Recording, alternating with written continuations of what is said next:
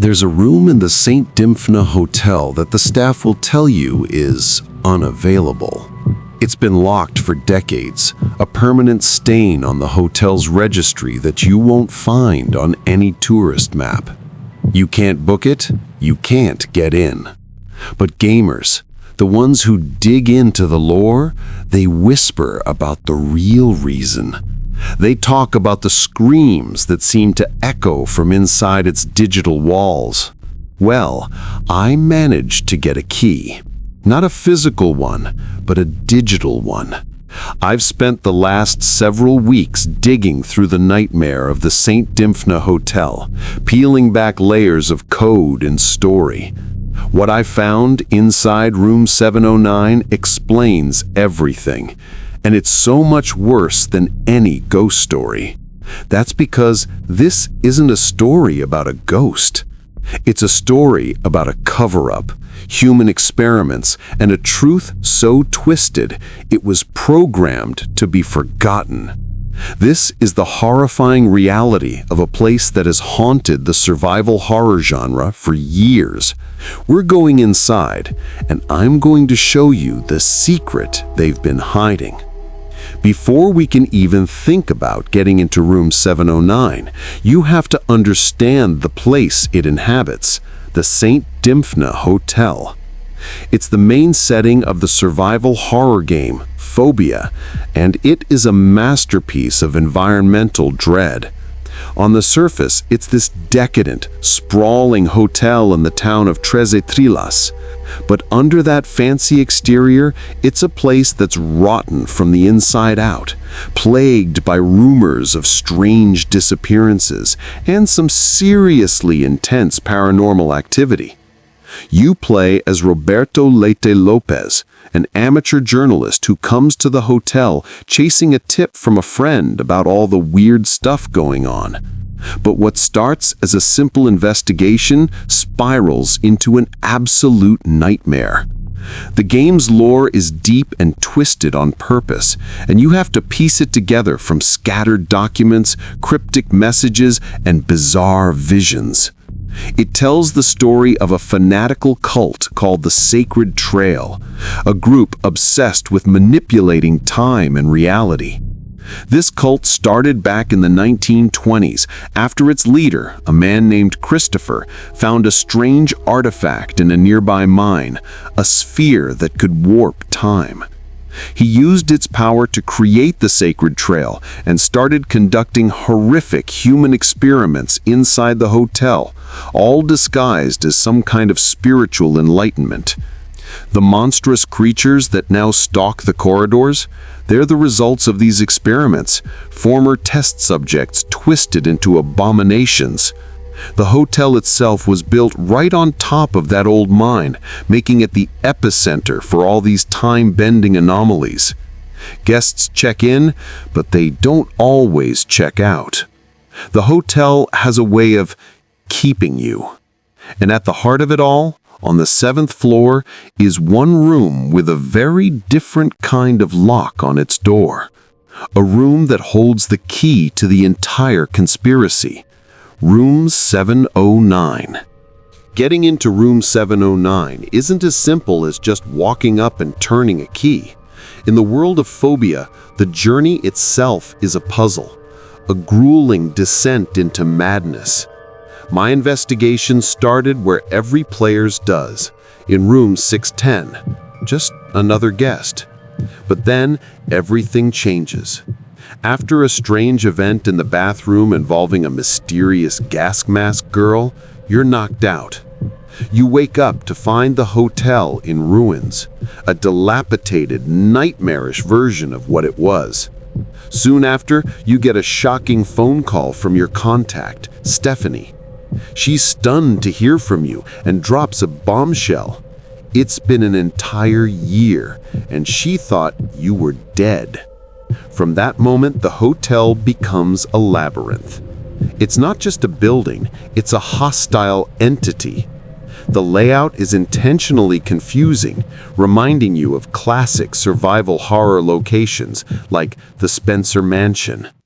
Every corridor is filled with dread, punctuated by the shrieks of unseen things and the oppressive silence that follows. The key to navigating this hellscape is a special camera. When you look through its lens, you can see into a different timeline, an alternate reality. A collapsed wall might appear as a clear path in the past. A clean room might reveal itself as the blood-soaked scene of a forgotten crime. This camera isn't just a tool, it's the only way to unravel the hotel's secrets, letting you connect the past, present, and future that are all colliding within its walls. Finding the key to room 709 involves a brutal scavenger hunt across the hotel's most dangerous floors, solving complex puzzles and dodging a massive, relentless creature that stalks you without mercy. The game makes you earn it. Every step closer feels like you're chipping away at your own sanity. Finally, after navigating the trashed 7th floor, after finding the strange modular key, you stand before it. Room 709. Even the door looks wrong. It feels like a scar on the face of the hotel. And this is the point of no return. We have the key, and we're about to go inside. If you're enjoying this deep dive into one of horror gaming's biggest secrets and want to see more investigations like this, do me a favor and hit that subscribe button. It lets me know you want to keep exploring these dark places. All right, let's open the door. The moment the door to room 709 creaks open, the whole vibe changes. It's not what you'd expect. There are no ghosts, no jump scares. It's quiet. Too quiet. The room looks strangely preserved, with dust dancing in the single beam of light from the hallway. It feels less like a haunted room and more like a tomb that's been sealed for a century. But then you pull out the camera. Looking through the lens, the room transforms. The clean wallpaper is now covered in frantic, desperate scribbles and complex diagrams. The bed is gone, replaced by a cold metal operating table. This room wasn't for guests, it was a laboratory. But that's not the horrifying part. We already knew about the experiments. The real horror is what the camera reveals next.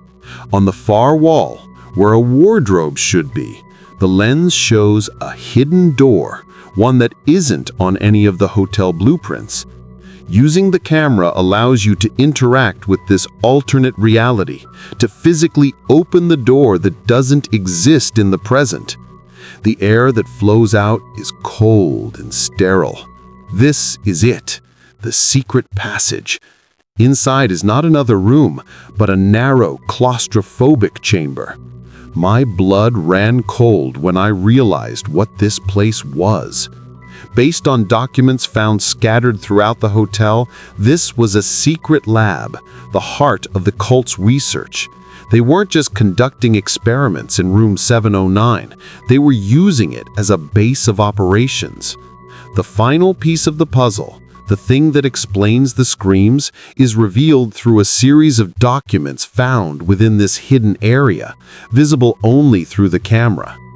These files detail the cult's true goal, not just creating monsters, but trying to achieve control over time by creating what could be described as a psychic scar. Their theory was that by subjecting a person to extreme, unimaginable terror in one timeline, the psychic trauma would echo across all other timelines, creating a permanent wound in reality itself. The screams the staff reported hearing weren't from a single ghost. They were the echoes of countless test subjects, a bleed-through from the horrors of the past. The cult wasn't just killing people, they were trying to weaponize their fear, turning their final moments into a perpetual, looping echo trapped in the hotel's foundation. Room 709 was the epicenter, the place where they orchestrated these nightmares. The room is unavailable, not because it's haunted by a ghost, but because the room itself is a recording of pure, undiluted horror. And that's when the most chilling realization hits. The entire investigation, the lure to the hotel, it was all a setup.